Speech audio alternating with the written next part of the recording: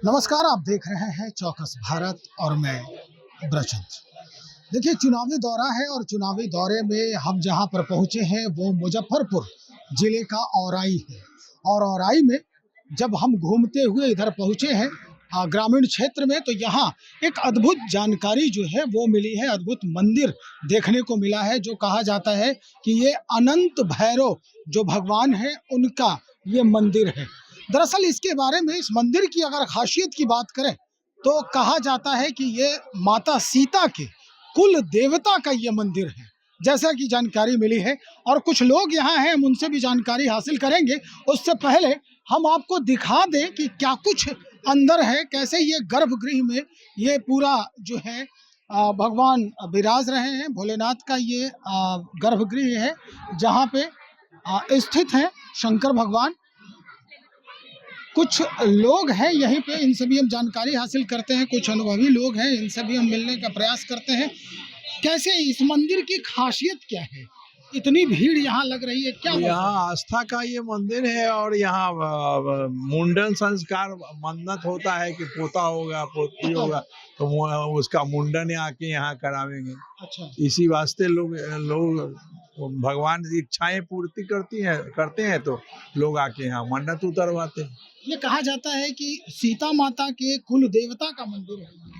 हो सकता है, अब आपको जानकारी होगी, हमें तो है कि मन्नत उतारने वाले देवता का अच्छा, मन्नत उतारने वाले देवता है। देवता का चलिए भाई, जिसकी जैसी आस्था भक्ति है उसकी वैसी। क्या जानते हैं इस मंदिर की खासियत के बारे में? बहुत आज से है, पूर्वक जन्म से है ही।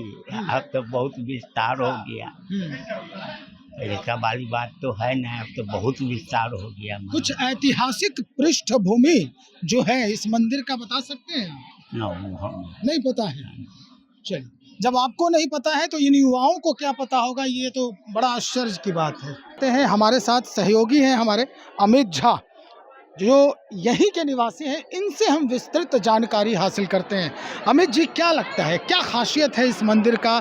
कहा जाता है कि ये कुल देवता हैं माता सीता के, कैसे क्या है जानकारी? बिल्कुल विजन बता दे कि ये अनंत भैरव जो है, खास करके अगर देखा जाए तो मुजफ्फरपुर में और खास करके उत्तर बिहार में एक बहुत प्रसिद्ध मंदिर है। लोग यहाँ दूर दूर से पहुँचते हैं और खास करके जो ये औराई विधानसभा क्षेत्र के लोग जो हैं, कहीं ना कहीं बाबा के इस मंदिर में आकर के अपनी जो मनोकामना है वो मांगते हैं। और जो भी मनोकामना वो अगर सच्चे दिल से मानते हैं वो पूर्ण होता है। और खास करके देखा जाए तो अन्य महीनों में भी, खास सावन हो या सावन के अलावा भी आज भी देख सकते हैं कि छठ का आज जो सुबह का जो अर्घ है वो दिन था, आज समाप्ति था। ऐसे में जो भीड़ आप साफ तौर पे देख सकते हैं किस प्रकार से तमाम लोग यहाँ पहुँच रहे हैं। दूर दूर से लोग आते हैं और जो यहाँ रहते हैं वो खास करके हर रविवार हो या सोमवार हो, प्रतिदिन बाबा के यहाँ आकर के जल अर्पण करते हैं और आशीर्वाद लेते हैं। ये कहा जाता है कि ये जो राजा जनक थे, यानी कि माँ सीता थी, उनके ये कुल देवता थे। और ऐसे में जो जनक जी जो थे वो जनकपुर से यहाँ आकर के प्रतिदिन वो जल अर्पण करते थे। और ऐसे में ये भी मान्यता है कि जो भी वो मन्नत यहाँ पर अगर सच्चे दिल से मांगते हैं तो वो कहीं ना कहीं पूरा होता है। भैरव स्थान नाम से लोग जानते हैं और कह सकते हैं कि औराई का जो एक पहचान जो है, एक वो भी है ये मंदिर। और लोग यहाँ दूर दूर से आते हैं, सारी मनोकामना जो है कहीं ना कहीं उनका पूर्ण होता है। और ऐसे में लोग अपने परिवार के साथ कभी भी अगर अपने गांव की तरफ रुख करते हैं तो एक बार बाबा के जो दरबार है उसमें अपनी जो हाजिरी है लगाने का काम करते हैं। अमित, ये भी सुना गया है कि यहाँ जो फसल होते हैं, तो पहला जो फसल का अंश होता है वो यहाँ चढ़ाया जाता है उसको। तो इसके पीछे जो मिथक है या फिर इसमें क्या सच्चाई है, इसके क्या रीजन है, इसके बारे में बताएं आप। जी बिल्कुल, जिस प्रकार से जैसे देखा आप यहाँ जब महाशिवरात्रि जो है वो लगता है। और यहाँ का जो एक और खासियत है कि यहाँ एक मेला लगता है, पशु मेला। यानी कि पहले जो एशिया का जो सबसे बड़ा पशु मेला सोनपुर था, उसके बाद कहीं ना कहीं अभी स्थान रखता था यहाँ पे, जहाँ आपको बैल जो है वो काफी बड़ी संख्या में यहाँ से जो है वो किसान लेकर के पहुंचते थे, दूर दूर तक उससे लेकर यहाँ पहुंचते थे और मतलब बिक्री होती थी। सिर्फ बैल? बैल, यानी कि 14 दिनों का ये मेला जो है वो शुरू होता था, शिवरात्रि से शुरू होता था मेला ये। और उसके बाद होली से एक दिन पहले, यानी कि जो संवत का दिन होता है, उस दिन जाकर के ये मेला जो है समाप्ति होती थी। काफी लोग पहुंचते थे इस मेले में। और इस मेले में हर चीज़ किसान को किसानी का अगर जो है उनके लिए फावड़ा से लेकर के कुल्हाड़ी और जितने भी जो है काम खेती का जो सामान है वो मिलता था। उसके अलावा देखा जाए तो जो गृहस्थ जो आश्रम वाले लोग हैं उनके लिए हल्दी से लेकर के हर मसाला जो है वो यहाँ पे मिलता था। और ऐसे में ये भी है जब शिवरात्रि का जो पावन महीना शुरू होता था तो शिवरात्रि के दिन जो किसान है वो धान की जो खेती है उस समय वो रहती है तो पहला फसल जो है बाबा को अर्पित करते हैं। इसके अलावा देखा जाए तो फिर यहाँ काफ़ी संख्या में लोग इसलिए भी पहुँचते हैं क्योंकि उनकी मनोकामना यहाँ सब पूर्ण होती है। बाबा जो है लोग कहते हैं कि बाबा यहाँ अभी भी विराजमान है। अगर सच्चे दिल से आप अगर कुछ भी प्रार्थना करते हैं, कुछ भी माँगते हैं, तो वो जो आपकी जो प्रार्थना है, वो बाबा सुनते हैं और पूरा करने का भी काम करते हैं। चलिए, बहुत शुक्रिया अमित। हमारे सहयोगी अमित झा बातचीत कर रहे थे। यहाँ के जो लोकल लोग हैं उनसे भी हम कुछ बातचीत कर लेते हैं और उनसे जानकारी हासिल करने का प्रयास करते हैं कि आखिर ये जो कहानी है इस मंदिर की, उनके पीछे, इस कहानी के पीछे जो तथ्य है, जो तर्क है, वो क्या है। यहाँ जो मनोकामना की बात कर रहे हैं लोग कि मन्नत जो है पूरी हो जाती है, तो क्या वाकई में ऐसा है? देखिए, एक अनुभवी बुजुर्ग हैं यहाँ पे, इनसे भी हम जानकारी हासिल करते हैं। सबसे पहले तो हम ये जानेंगे कि आप यहाँ पर कितने वर्षों से विराजित हैं?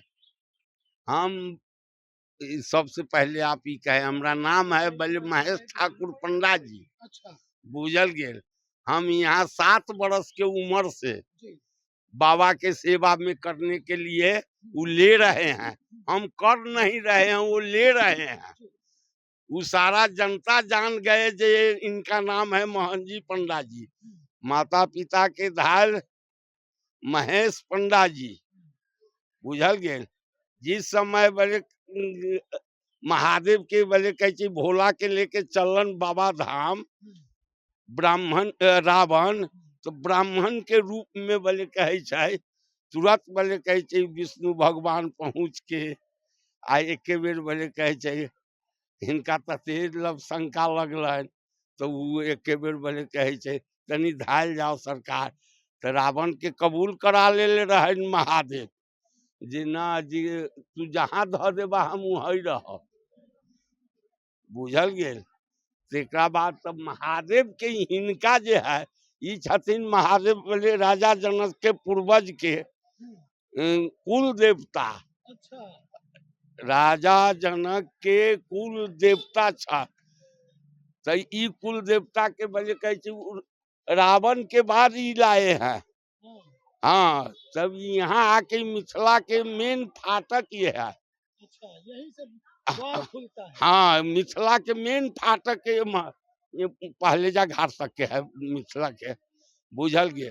तब नित्य दिन जोजन पाल के हाथी था, उस पर चढ़ के राजा जनक के पूर्वज वाले डेली पूजा करते थे।